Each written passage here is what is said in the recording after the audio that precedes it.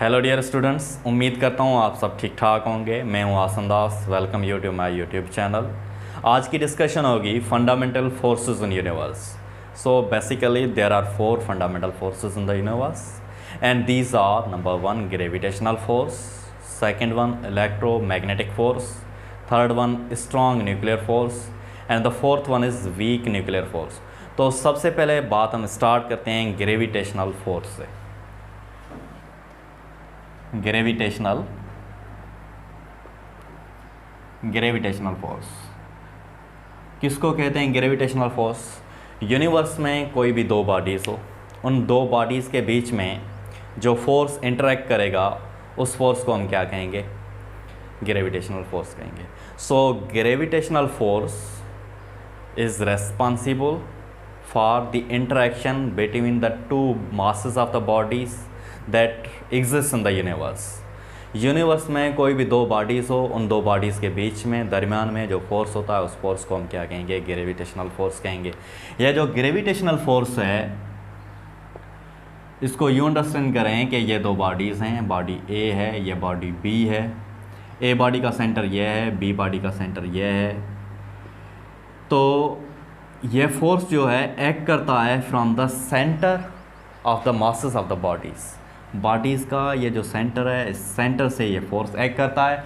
That's why we call this force as a central force. इस force को हम क्या कहते हैं? सेंट्रल फोर्स कहते हैं। क्यों सेंट्रल फोर्स कहते हैं? क्योंकि ये फोर्स एक्ट करता है from the centre of the bodies का जो सेंटर है उससे ये फोर्स एक्ट करता है। ये जो फोर्स है बाय नेचर अट्रैक्टिव है, बाय नेचर ओनली अट्रैक्शन ही होती है इसमें। हम ज़मीन से चिंबड़े हुए किसकी वजह से? इस ग्रेविटेशनल फोर्स की वजह से हम we are hook to the earth. हम ज़मीन से चिंबड़े हुए हैं ग्रेविटेशनल फोर्स की वजह से। ग्रेविटेशनल फोर्स जो है वीकेस्ट फोर्स है। जो भी 4 फंडामेंटल फोर्स हैं उनमें से ग्रेविटेशनल फोर्स जो है वीक फोर्स है, लेकिन इसकी जो रेंज है वो रेंज जो है लॉन्ग रेंज है। इसका इफ़ेक्ट जो होता है वो लॉन्ग रेंज तक इसका इफ़ेक्ट होता है। इसको यूँ अंडरस्टैंड करें कि हमारी जो ये यूनिवर्स है बहुत वास्ट यूनिवर्स है। इस वास्ट यूनिवर्स में there are millions of the galaxies and stars. तो इन गैलेक्सीज में क्या होता है? स्टार्स होते हैं। तो इन स्टार्स के बीच में जो डिस्टेंस होता है वो in the terms of light years होता है। और जब इतनी दूरी पे एक स्टार दूसरे स्टार से है तब भी इनके बीच में क्या होता है? ग्रेविटेशनल फोर्स होता है।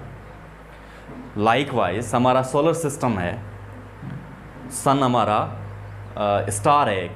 तो सन के अराउंड डिफरेंट प्लैनेट्स मूव करते हैं। ये प्लैनेट्स की जो मोशन है रोटेट करते हैं ग्रेविटेशनल फोर्स की वजह से। इक्विलिब्रियम में किसकी वजह से? ग्रेविटेशनल फोर्स की वजह से। एक प्लैनेट कभी दूसरे प्लैनेट से टक्कर नहीं मारता, क्यों? ग्रेविटेशनल फोर्स की वजह से। सो डिफरेंट प्लैनेट्स जो रोटेट कर रहे हैं ग्रेविटेशनल फोर्स की वजह से, और इनकी जो इक्विलिब्रियम की जो पोजीशन है वो भी किसकी वजह से है? ग्रेविटेशनल फोर्स की वजह से है। That's why we call this force के ये जो फोर्स है वीक तो है लेकिन इसकी जो रेंज है वो रेंज ज़्यादा रेंज है। जैसे स्टार्स के बीच में फोर्स होता है, हमारा सन और प्लैनेट अर्थ के बीच में फोर्स है। मून हमारा नेचुरल अर्थ का सैटेलाइट है, तो मून के बीच में और अर्थ के बीच में एक ज़्यादा डिस्टेंस है, इनके बीच में भी एक फ़ोर्स है।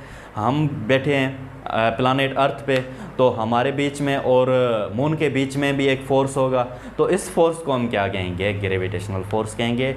बॉडी यूनिवर्स में हो, किस भी जगह पे हो, कितने भी फासले पे हो, लेकिन इसके दरमियान जो है फोर्स होता है उस फोर्स को हम क्या कहेंगे? ग्रेविटेशनल फोर्स कहेंगे। सो ग्रेविटेशनल फोर्स हो गया। अब हम आते हैं second type of force. Second type of force में इलेक्ट्रोमैग्नेटिक फोर्स। सो इलेक्ट्रोमैग्नेटिक फोर्स जो है ये फोर्स रेस्पॉन्सिबल है for the interaction between the electric and magnetic field. Electric and magnetic जो फील्ड्स होती हैं उनके लिए जो फोर्स रेस्पॉन्सिबल है उसको हम क्या कहेंगे, इलेक्ट्रोमैग्नेटिक फोर्स कहेंगे। इलेक्ट्रोमैग्नेटिक फोर्स यूँ तो एक ही फोर्स है, लेकिन इस फोर्स के दो कंपोनेंट है, और ये जो दो कंपोनेंट है ये इनसेपरेबल है, इलेक्ट्रिक कंपोनेंट, और दूसरा जो कंपोनेंट है इसको हम क्या कहेंगे, मैग्नेटिक कंपोनेंट कहेंगे।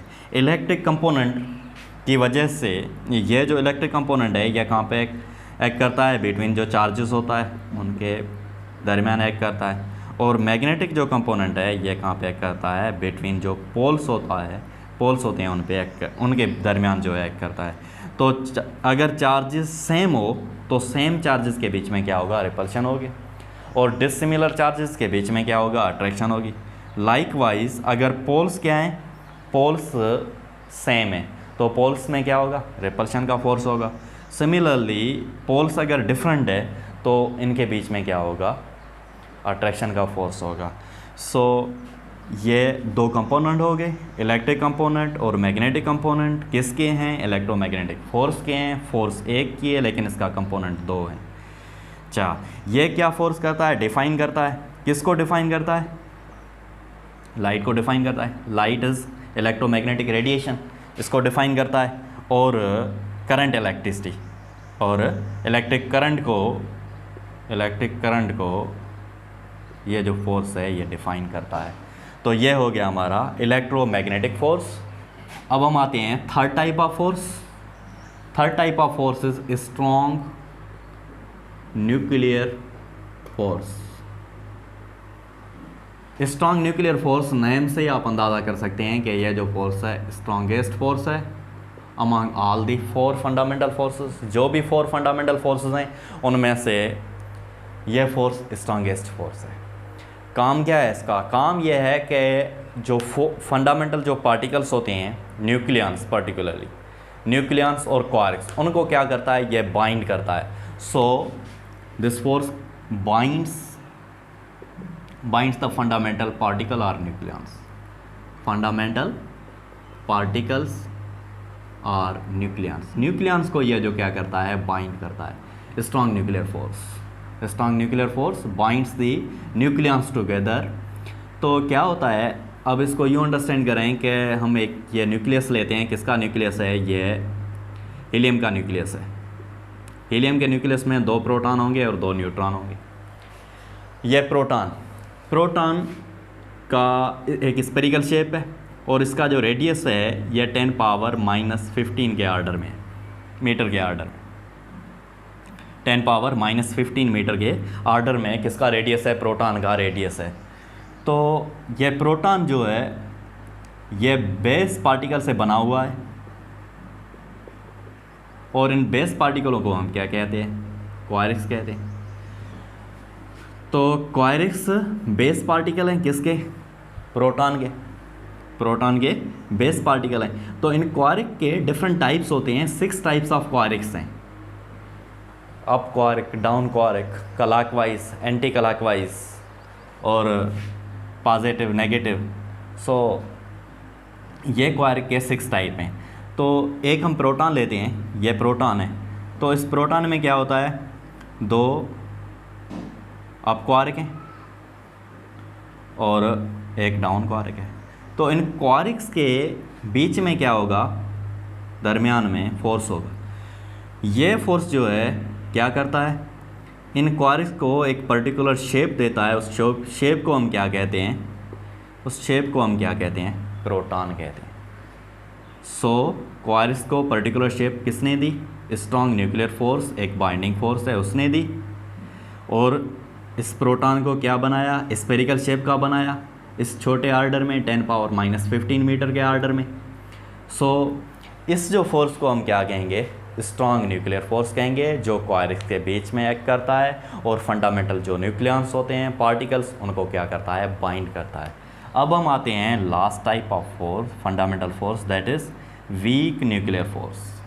नाम से आप अंदाज़ा कर सकते हैं कि यह जो फोर्स है क्या है, वीक न्यूक्लियर फोर्स है। वीक है, काम क्या करता है, रेस्पॉन्सिबल है किसके लिए, responsible for beta decay and radio activity या रेडियो एक्टिव एमिशन। तो अब हम अंडरस्टैंड करते हैं कि बीटा डिके और रेडियो एक्टिविटी क्या है। तो बीटा डिके में क्या होता है, एक प्रोसेस है जिस प्रोसेस के दौरान टू टाइप्स का ये प्रोसेस होता है। एक प्रोसेस, एक को हम क्या कहेंगे, नेगेटिव बीटा डिके कहेंगे, और सेकंड टाइप को हम क्या कहेंगे, पॉजिटिव बीटा डिके कहेंगे। तो नेगेटिव बीटा डिके और पॉजिटिव बीटा डिके। नेगेटिव में क्या होता है, एक न्यूट्रॉन जो है वो कन्वर्ट होता है, किस में कन्वर्ट होता है, प्रोटॉन में,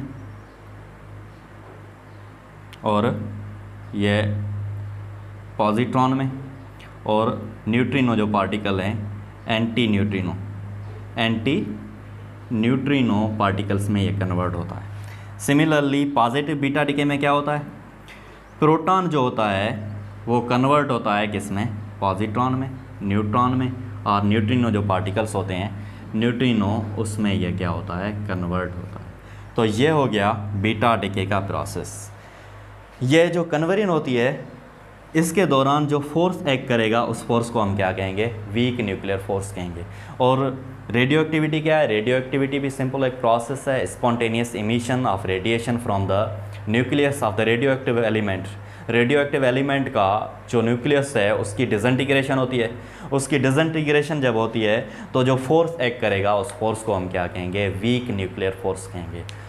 सो आज हमने डिस्कस किया कि जो 4 फंडामेंटल जो फोर्सेस हैं यूनिवर्स में, जो यूनिवर्स को आप यूं कहें कि ये जो 4 फोर्सेस हैं यूनिवर्स को कंट्रोल करते हैं। और यूनिवर्स में एक जो बैलेंस मैकेनिज़्म है, ये बैलेंस जो है इन 4 फंडामेंटल फोर्सेस की वजह से ही है। तो इसको हमने डिस्कस किया। मैं उम्मीद करता हूँ आपने इसको अंडरस्टैंड ज़रूर किया होगा।